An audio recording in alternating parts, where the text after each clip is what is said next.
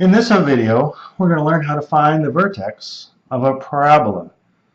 If we're given a quadratic function f of x is equal to ax squared plus bx plus c, we can find the vertex of the parabola from minus b over 2a, comma, f of minus b over 2a.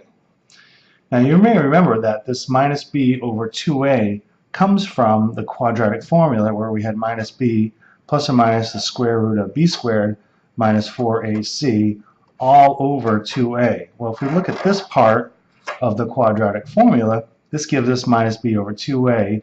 This is the part that's going to be in the middle of any two solutions that we potentially have for our quadratic equation.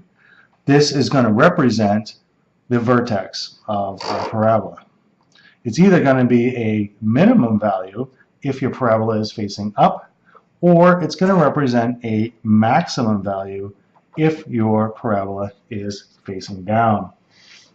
To find the vertex is actually fairly straightforward. Let's look at an example. Let's say that we have f of x is equal to minus x squared plus 14x minus 47. I can identify a and b from my quadratic function. And a is going to be minus 1 and b is going to be 14. I can go put a 1 in there. It makes no difference to the value of the equation. So now it's going to be minus 14, which is my value of b coming from here, divided by 2 times my value of a, which is going to be minus 1. That simplifies to be 14 divided by 2.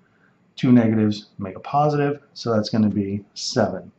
To figure out the corresponding y value now for my vertex of my parabola, I'm going to take 7 and put it into my function.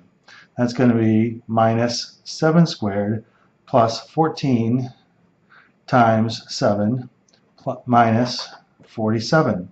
That's going to be equal to 2. So now 2, I'll just show that I did f of 7 there, and I have 2 here. This gives me the vertex of my parabola. Now, one thing that I do know is that my value of a here is negative. And since it's negative, I know that my parabola is going to be facing down. So I have a maximum value at x equals 7 of 2. My parabola faces down, and that is how to find the vertex of a parabola.